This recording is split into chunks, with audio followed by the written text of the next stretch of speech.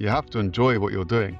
Otherwise, you won't be successful at it. We can have all the ambition, all the dreams, but Yeah. nothing will be No. achievable if you don't perform today. What's the secret fuel of great leadership? I would have to say curiosity. If I was going to add another word, it would be What opportunity and challenges this industry is offering? we've had to evolve at a very, very fast pace just because of the industry that we're in.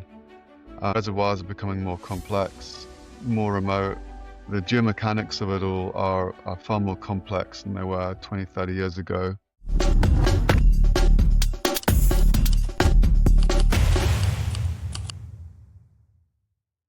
This is the Oil and Gas Breaking By show, where we are going to invite industry leaders to talk about their journeys and also technologies of tomorrow, in an effort to break some of the biases that might have formed around this energy industry.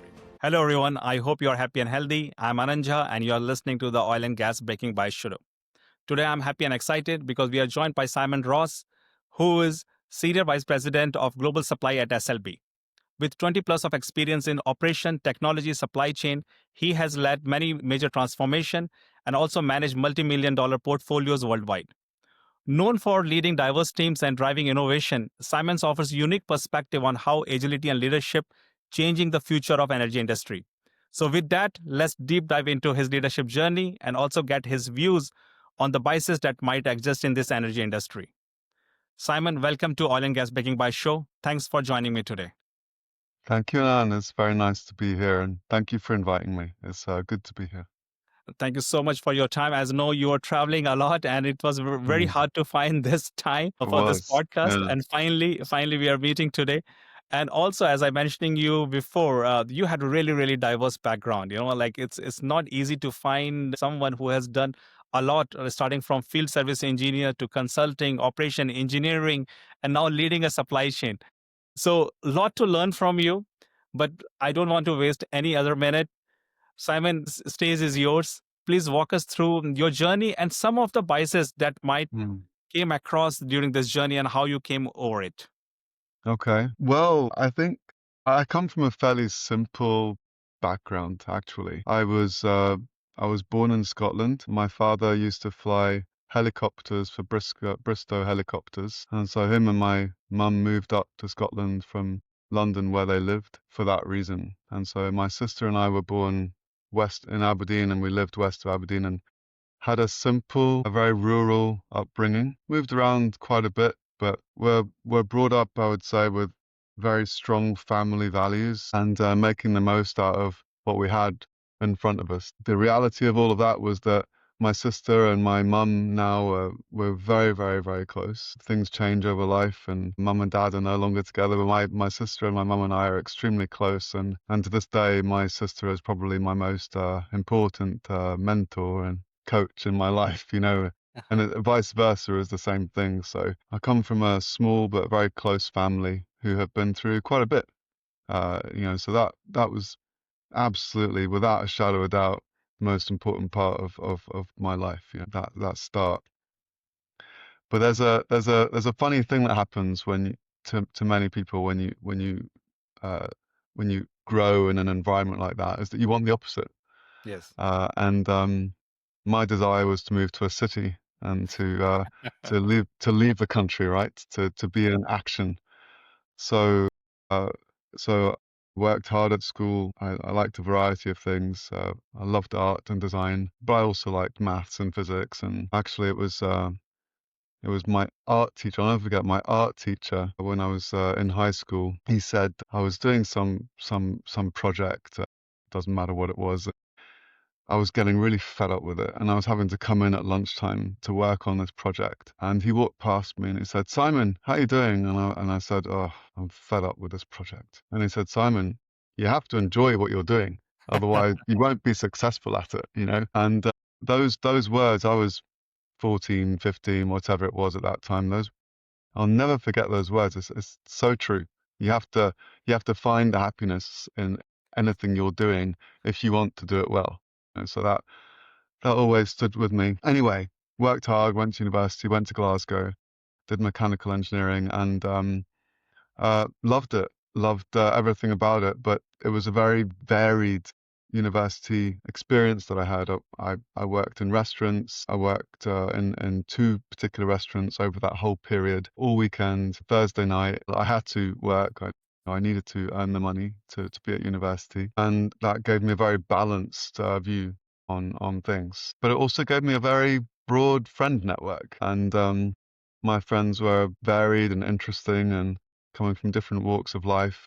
And of course, I'm still in touch with them, many of them today. But the problem with that was that I didn't really know what I wanted to do after university because I got a great degree and a distinction and so on, but I hadn't articulated what I wanted to do after university. I didn't have that plan. And many of my friends had that plan. So they had jobs lined up and I didn't, you know.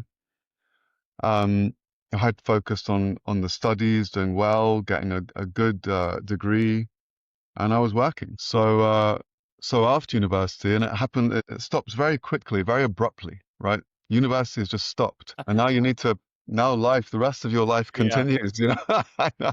You face the reality. Yeah. So student debt, all that stuff, and I didn't have that plan, so I moved down to London. And I stayed with my auntie, and I continued working in a bar, basically. And during that period, I then started trying to figure out what I was going to do, which is, in my case, was going to be blue chip companies, was going to be in the engineering field of blue chip companies. I wasn't terribly fussy about the type of industry.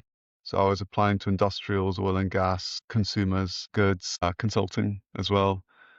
And the first one that came along that was interesting was Schlumberger. And I remember all of these companies, you have your initial interviews, then there's a workshop, and that's how the selection happens. And um, the Schlumberger workshop was very, very different. It was dynamic, it was exciting.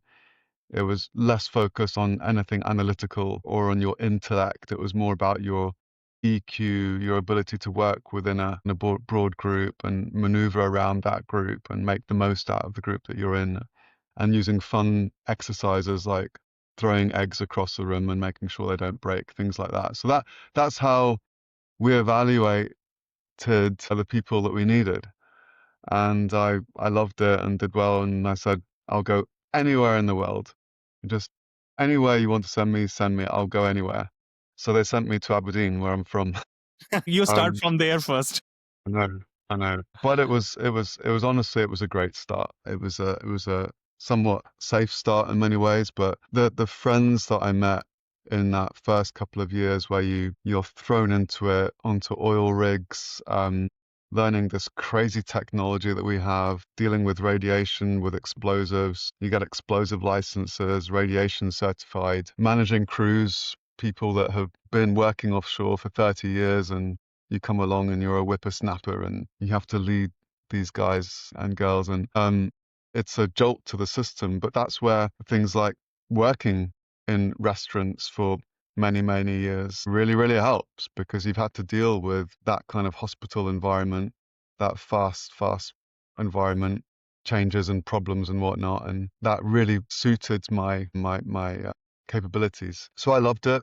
And then, did that, moved a few places, worked in West Africa, worked in Norway. And so I suppose just to kind of summarize the career I've had with Schlumberger, now SLB, has had three blocks to it. One was my field career and field support. Another part was consulting. So SLB used to have a management consulting firm called Schlumberger Business Consulting. And after about 9 years of doing what I was doing, what I've been trained to do, which is called wireline field operations, um, I wanted to do something different. I didn't want to follow that career.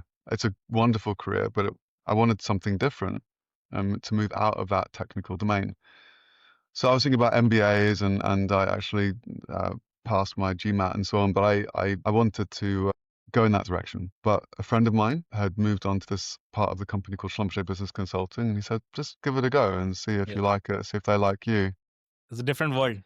Different world, different Yes. world. And it was run by mostly people that come from Ivy League universities, MBAs and whatnot, that we were we had in our company. And so I went through that rigorous interview process, and they hired me, essentially, is the way it worked. Learning a completely different set of skills, learning how to communicate, learning how to build a story, learning how to think vertically and horizontally, and how to manage complex stakeholder situations, how to handle critical thinking, these kinds of skills that you can only develop in management consulting. And I was lucky enough to be part of the company-wide transformation that was happening at the time, and some wonderful initiatives and some that were less wonderful, but on the whole, it was an incredible experience to be in. I'm very proud to have been involved in helping shape our wonderful company by being in that place. But then after a while, you don't want to do that. You want more change, and and fortunately, there was a couple of people in the company that I am very grateful that were sponsoring me that decided to pluck me out and put me into a headquarter role in charge of a function, and that was the third part of my career, and largely I've done some general management, which I loved, and that customer aspect of it, and that full business management of it is absolutely a wonderful thing to have done. However, I love functional management. So I love maintenance and reliability. I love technology development. I love supply chain and manufacturing. And so these are the things that I've been doing more and more in that third part of my career. And that's why I'm here now. Excellent, excellent. As I said, like your journey has many milestones. Like Yeah. especially when you're starting as a field service engineer. We are not in rapid fire round, but let me ask you, which role did you enjoy most? Actually, there were, can I answer two or just what did it have to be one? No, no, you can answer Yeah. too. Yes. So the one that I enjoyed the most was in that first part of my career, which was I was called an in-touch engineer. And the reason I loved it was because I was in charge of a fleet of technology and the technical point of contact for that technology. And I worked in between the technology centers and the field. So I would be that that person in between, if you like. But what I loved about it wasn't that help desk piece. My expertise became through the roof incredible at the time. And obviously that was a while ago. And I learned so much about this particular technology, a true SME, which was a wonderful place to be. I got a couple of patents out of it, being Really? involved with engineering, which was wonderful as well. But it was the relationships that I built with the field organization completely globally. I had these wonderful relationships, whether it's because I was helping someone troubleshoot through a problem, or whether I was running a training program, or because they were helping me with input to a particular manual, or I was going to audit them.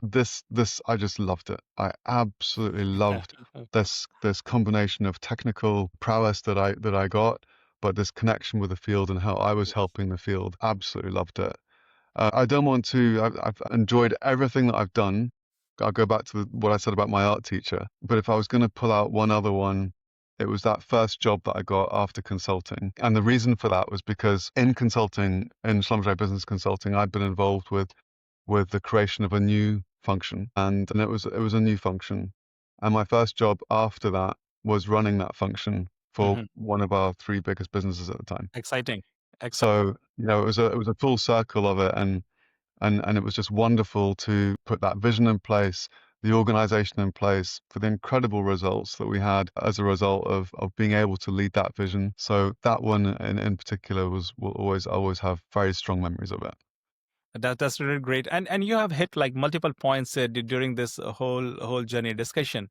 One thing you mentioned about your teacher, like he said, you enjoy whatever you are doing today, because Mhm. sometimes we have seen so many people, they have big goals and ambition, but it goes sometimes against you. You stop enjoying what you are doing today because you are all focused on the future, and your presence in today's world getting less and less, and that impacts your ambition to grow, so it is also Absolutely. important. You have to do your best whatever you are doing today. Yeah, I always say that as well, and obviously uh, I get involved with quite a lot of mentoring discussions and, Mhm. and career discussions, and often, it's a wonderful thing to do, by the way. I love it. It's around guidance. What do you think I can do? Um, or or this is what I would like to do. How do you think I can get there? everyone has their opportunities to work on. Everybody has their things that they need to evolve. But the most important thing is to do what you're doing today well. And to do what you're doing today well, you have to find the things that you love and do them and enjoy them to the fullest. Yes. You have to recognize the things that you don't love, and you have to um, try to understand what you can do about that. If you can't do anything about it, you just have to get on with it. Yes. And that's the way it is to it. But if you can do something about it and it's worth it, then do that. You know, whether you can do it, whether it's getting someone else from the organization involved. But fundamentally, ensure that what you're doing is pointed towards the value of the company as Yes. well. So everything else will come. Yes, you have to manage your career. Yes, you need to know what you want to do, and you need to go through that search, you know, within your head with people that you look up to or people around you to help you decide what you're going to do. But none of that matters if you're not fundamentally working hard on doing what you do well and Yes. enjoying what you do. Definitely. Like we can have all the ambition, all the dreams, but Yeah. nothing will be No. achievable if you don't perform today. Yeah. Yeah. That's another thing I want to ask you, because again you have very diversified career. When you were planning or when you were looking for next role, like you had any kind of self bias about your success to be in Yeah. that role? For sure, right? I think this is something that our company does very well. A lot of the time, you will want to put yourself in a position that you're not ready for. And I've been in that situation many times where I wanted to have a particular role, but my company and these are people that I trust, these people that are my friends today, will say to me, "It's just not going to happen yet, man. You're just not ready for it. Yeah. But you can do this, and this is a really good stepping stone." And sometimes that can be really hard because as you look around yourself, you think, I can do that job better Yeah. than that person. That person has got nothing on me. Yeah, yeah. But it doesn't matter what, in my experience, it doesn't matter what job you go into. They're never easy. How easy or hard they are is a lot of it, by the way, is up to you and how ambitious you are in turning the opportunity you have into the best possible opportunity you can make it. So it's largely about yourself, really, as well as what's around you. But I think that the bias is, you know, keep it real. Don't think too highly about yourself, right? Yes. That's what I would say. Be a realistic, be humble, you Yes. know, and go through the steps. Have all the respect in the world for the people of this world that can catapult themselves to positions um, that where they haven't gone through all of the kinds of steps that someone in my shoes might have been through. But for me, I'm not that kind of person. For me, my confidence comes from knowledge base. My confidence comes from what I know and what I've done, the experiences that I've had and the network that I have. I don't, I won't have that confidence just because I want it to be there. Yes, yes. So And those steps are also, important. yeah, and also what you have achieved, that also makes you more confident to be Yeah. successful in the next role. No, Yeah. that's great. No, it's very, very interesting journey. We can spend all our time talking about this one, because there's so much to learn. But switching a topic here about the industry, because like you are closely working with this energy industry from last 2 decades. But where you see today, where the industry is going towards, what opportunity and challenges this industry is offering? The industry is a very exciting place to be. Obviously, the first thing I would say is that this is an industry which has evolved tremendously. We just, again, speaking about the company that I'm in, the technology that we have, the things that we can do, the environments that we work in, we've had to evolve at a very, very fast pace just because of the industry that we're in. Reservoirs are becoming more complex, more remote. The geomechanics of it all are far more complex than they were 20, 30 years ago. And we've had to evolve as a result of that. But in addition, you have tremendous volatility, tremendous ups and downs that you have to continue to adjust to on a regular and unplanned basis. You have increasingly crowded competitive space and an increasing pressure on the price of oil. So we've had to become more competitive. We've had to bring down our costs. So all of these things coming together mean that it's an industry which is very heavily evolved. We have Mhm. never been able to rest in our laurels and just enjoy things, at least not for a while. We have to work hard to do well. And we're going through more of that. There's an energy transition. There's significant geopolitical events around the world. We want to be good citizens of the planet, and oil and gas obviously is right in the middle of this complexity with that. So it's a time of change, is what I'm getting at, and our company has to evolve as well. And I'm very excited about some of the things that we're doing with our space and new energy, with our evolutions around digital. It's going in a very, very exciting direction, and I'm excited to be a part of it. But what's also evolving a great deal is our supply chain. Yes. And supply chain became more and more important to the world as the world in general became more volatile, as massive disruptions such as COVID-19 happened. People have started to understand more about the importance of supply chain. Yeah, one thing I like to add, like we were moving towards more globalization, but I Yes, see now is more localization. Lots of countries exactly, have in-country manufacturing, what they're exactly, promoting. exactly what I was leading to. Yeah. Thanking that, this is how the world is evolving. Globalization is to an extent. It's never going to go away completely, right? There's always going to be a high element of trade, of course, but there's a degree of localization which happens more and more as each country wants themselves to be successful, their own Yes. economies to be successful, that self-sufficiency to be there. And we in the supply chain, you have to balance all of that with your objectives of being agility, being agile, with having the lowest cost to serve and so on, being resilient. But the actual supply chain realities are shifting. And it's very, very complicated. Centralization, localization, still moving east. That's still where the most incredible capabilities are built up. The current tariff situation has made life very, very complex and interesting. So it takes the best minds to work through those issues, those complexities, and to create the best possible supply chain you can. So all that is within our industry, and our industry is already complex. So it's an incredibly exciting place to be for all of those reasons. Definitely. And one thing you already mentioned about there's a digital space, there's a supply chain space, Yeah, there's a production, engineering. So if anybody from any background can make big in this industry, because there's so many different kind of roles are available within this industry. Also, if you're coming from different industry, you can bring a value. absolutely, So there's always absolutely. opportunities. Absolutely. One of the most wonderful things, and this is not limited to SLB, one of the most wonderful things about oil and gas is this incredible diversity that exists. Diversity. And it comes from this global aspect that we have. We've got, and you'll be in a room and it will be in a meeting, and it's not unusual for every single person to have a different nationality.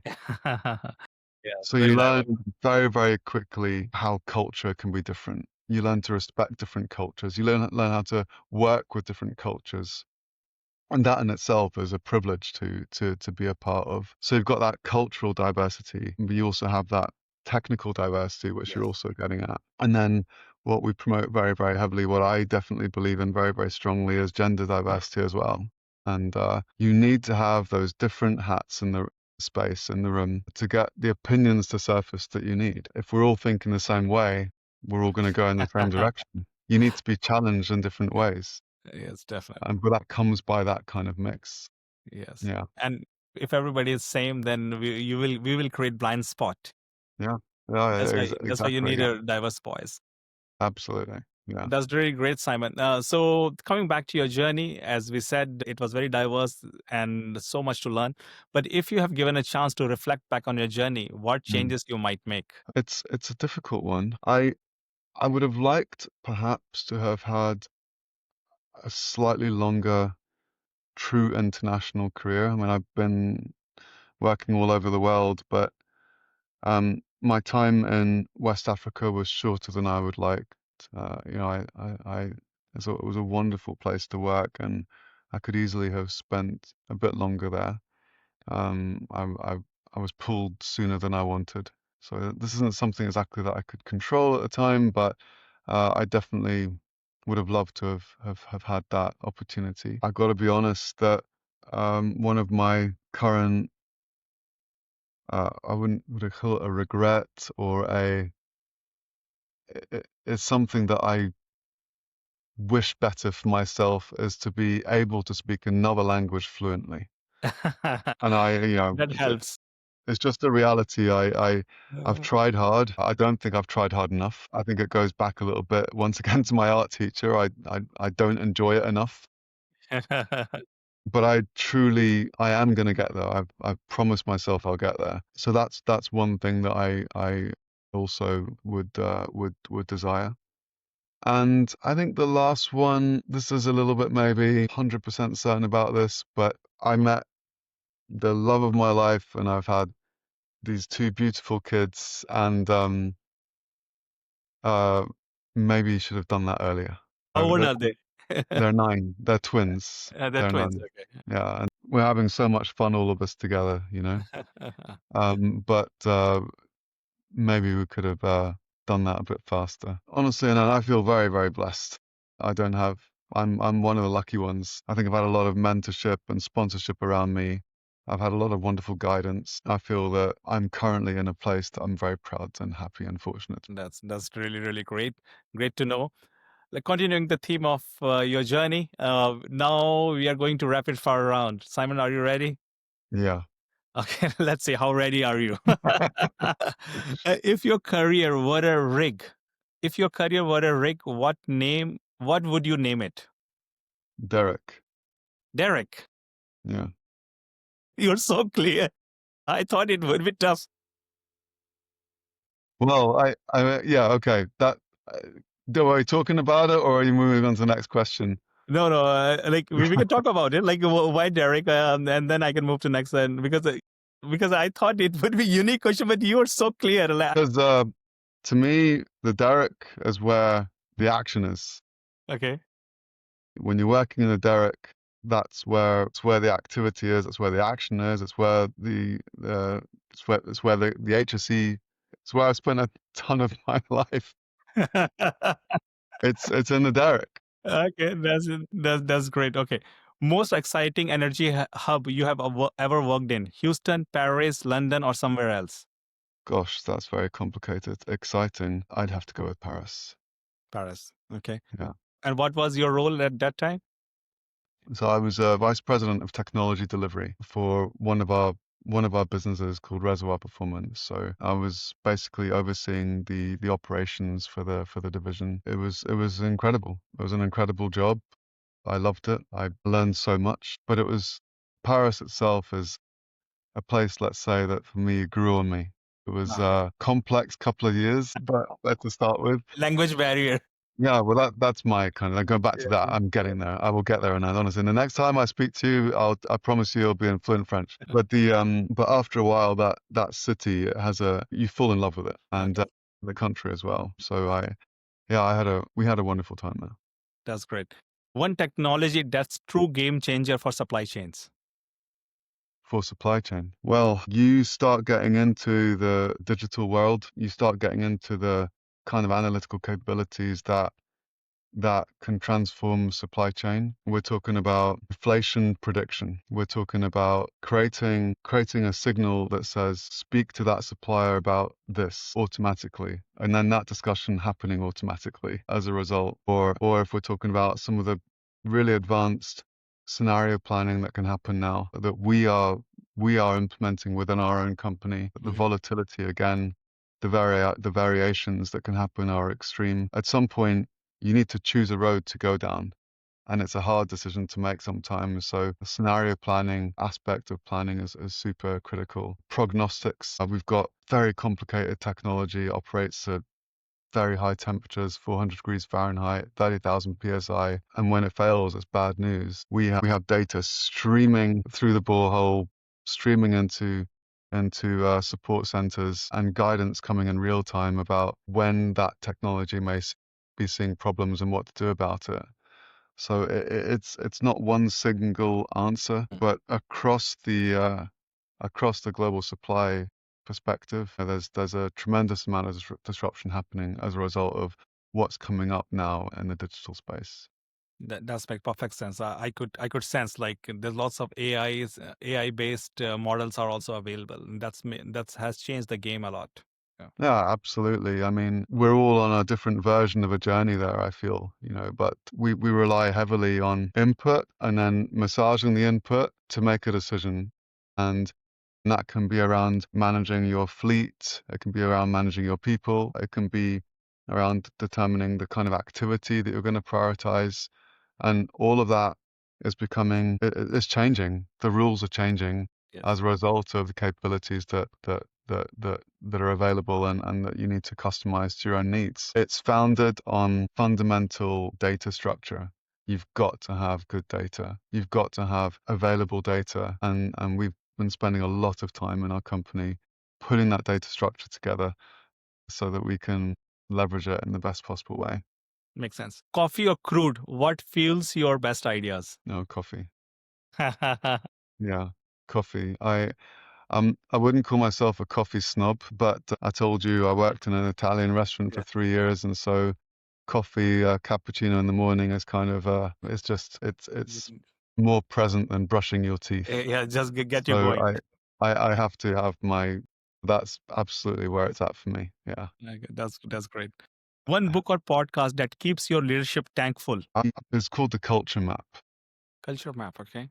And it was written by this incredible professor called Erin Meyer, who I've never met, but I think her insights are outstanding. And for me, what I loved about it was, as I said, I've been fortunate to have worked in this incredibly cultural, multicultural industry, and the culture map put a lot of theory into all of that and practical understanding from her about how you work within a highly blended culture. And how different cultures make different decisions, how if you're in a blended culture, you make different decisions. And I just think sometimes when you're in that situation where you've had a lot of hands-on experience, but then you apply the theory behind it, that it can really you get a lot of eureka moments about Yes. how to form a team and how to work within a team. So for me, that's one that I really enjoyed and that not too distant. I love novels. I love a good softback as well. And I think the last one that I read, which I just loved, was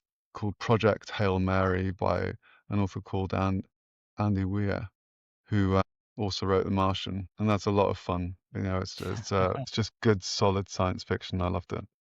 That's great. Just last not the least is a follow up on the leadership topic. Anyway, in one word, what's the secret fuel of great leadership? One word, I would have to say curiosity. Yes. You've got to be interested in the people around you. You've got to be interested in what's around you. If I was going to add another word, it would be humble. Yes. Um, That's also important. Yes. you have to you have to be in that place where you you're always willing to learn, where you're okay with not knowing the answers. Yes.